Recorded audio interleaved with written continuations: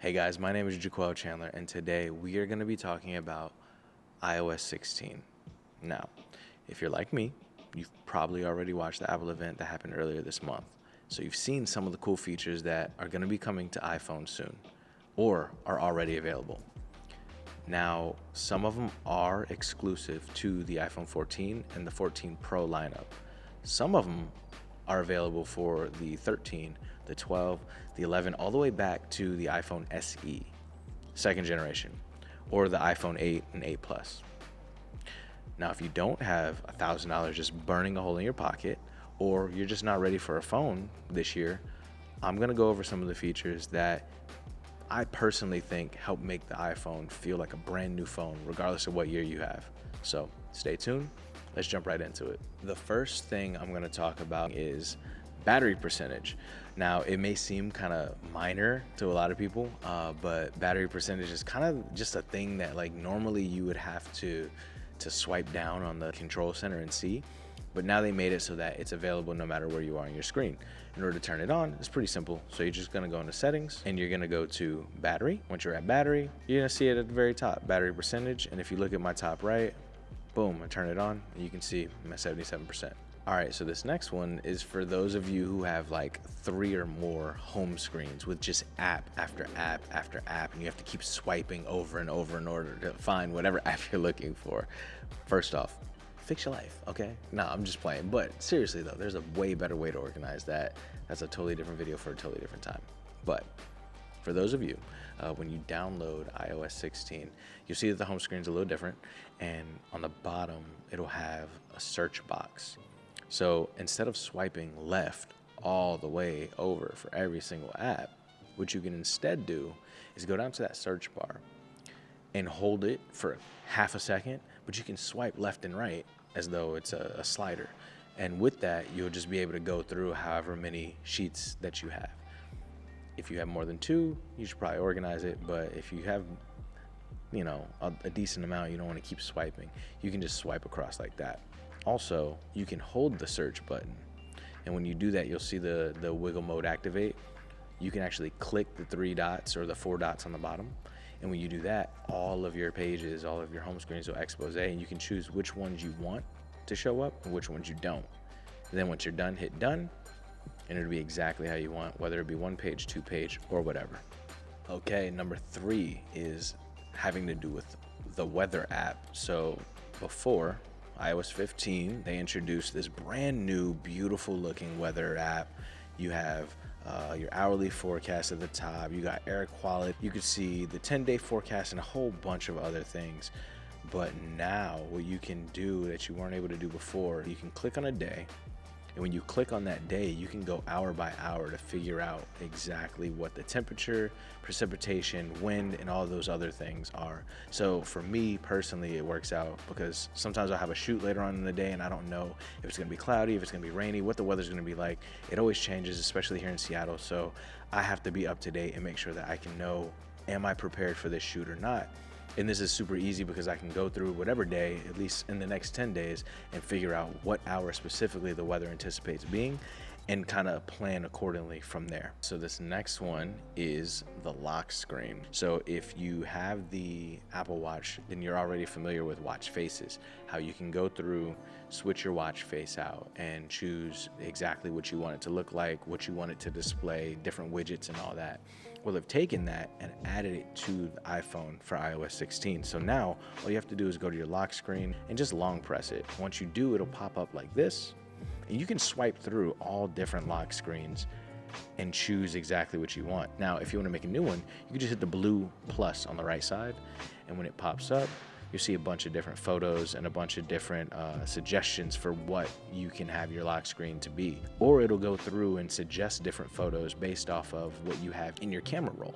So some photos, they actually can recognize the subject from the background, and they'll allow you to take that photo and allow the subject to kind of be superimposed over the time or over the widget. So it kind of has this 3D effect.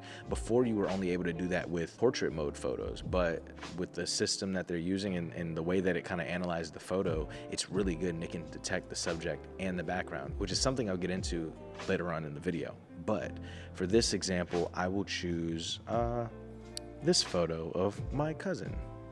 So as you can see, it notices where she is in regards to the background, and it takes her and kind of puts her in front of the time. So now what you can do is take any of these circled areas, the date, the time, or where it says add widget, you just touch there and then add whatever widget you want. So for me, I'll probably do my alarm, and then at the top I'll make it the weather because I like to see that. And then for the font of the color, or for the time, I'll choose this cool font and then change the color to, I don't know, yellow or something gold. I don't really know. It doesn't really matter. And then we're good to go. I can add a filter by swiping left or right. And you can just go through and swipe however you want. And it also gives you the option afterwards, once you hit add, to choose if you want this to be your background as well for your home screen. You can choose to either blur out that same image or not. So I'm gonna keep it there. I'm gonna blur it. I'm gonna hit done. Now at the bottom, you can see it says focus. Now what I can do now is pair this to any focus mode that I have. So I'm gonna pair it to events. And so now if I go to my home screen and I choose a focus mode, I'll choose events, and it is the background that we just made. If I decide to change it to do not disturb, it'll go to my other one, which I have set as just the weather. So there's a lot more that you can do. There's a whole nother video for focus mode if I decide to get into it. If you guys want to see it, let me know on the bottom. But for now, this is just super basic. All right, and for iMessage, the one that everyone has been super excited about, you can now unsend and edit texts as long as you both are on iOS 16. Now, you as the user have to be on iOS 16 in order to edit or unsend. However, if the other person is not, they still will see what you sent. Just letting you know, don't go out here sending some reckless stuff, shooting your shot and wondering why. You gotta make sure you know what you're doing before you go out here sending some reckless stuff. So all you have to do is type in what you're gonna say, hey. And now you have 15 minutes to be able to correct it or to send it, resend it, edit it, whatever. You have a 15-minute window. So all you have to do is long press, and then you have the option right there now to unsend or edit. Say you didn't mean to say hey. Say you meant to say hey, like that, because you were talking to a horse. Boom.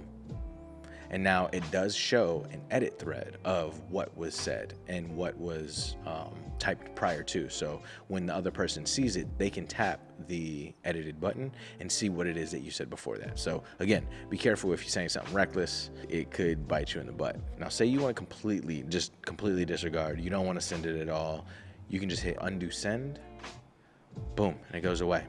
Now, it does say on the other person's device that you unsent a message, just like it does on Instagram or any other messaging app that allows you to unsend messages. It does tell the other person that you unsent a text. It doesn't say what you said unless you hit edit, but if you unsend it, you're good to go. All right, another feature is the ability to now isolate your photos and isolate your subject. I kind of touched on this earlier, but now you can separate your subject from the background. So if you're someone who's making YouTube videos and you have to make a quick thumbnail, but you don't necessarily know how to use Photoshop or anything like that, this is super easy for you because all you have to do is take the photo with your phone and actually send it however you want. So I'm gonna open up my Photos app here, and I'm gonna choose this photo right here. I'm gonna hold it, and you see that the lines that are around him, it'll just kind of highlight it if you long press it. Now it allows you right there to either copy or share. I can just copy right here, go over to my text messages, and I'm gonna hit paste, boom, and it sends an entire PNG of what I was going to send. Easy. Or another thing, if you wanted, you could choose, we'll say this photo of Alex, long press and hold, and now I just use one finger to kind of drag, the other to drop. This is another photo I used for a text message, and then boom, it'll just send PNGs of the subject. Now it's not perfect, obviously, right? You could still go through and retouch some things, right? You can see that the edges are not perfect, so definitely want to go through and make sure if you're going to use it as a thumbnail, you want to make sure everything is the way that you want it to look. But that's another cool feature. And then finally, if you are someone who sends screenshots a lot, you know the pain of having to decide, like, Do I want to save it to phone? Do I want to delete it? Or do I want to save it to files? Well, now it gives you the option when you take a screenshot. Say I want to go to my website and I wanted to take this photo here. Boom. When I go into screenshot, it now gives me the option when I hit done, the first red one, it says copy and delete. So I hit copy and delete, it's gone. I go into my messages and now all I hit is paste, good to go. And I no longer have to have a whole slew of screenshots in my camera roll. Thank you so much. Whoever thought of that was genius. I needed that in my life.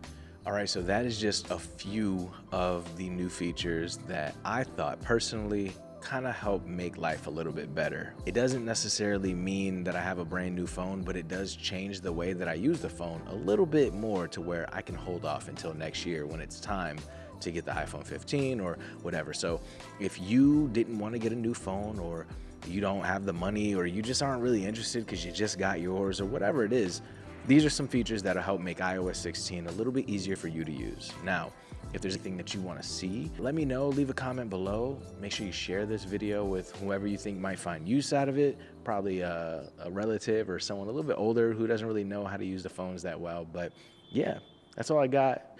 Other than that, thanks for tuning in. Have a good one. Peace.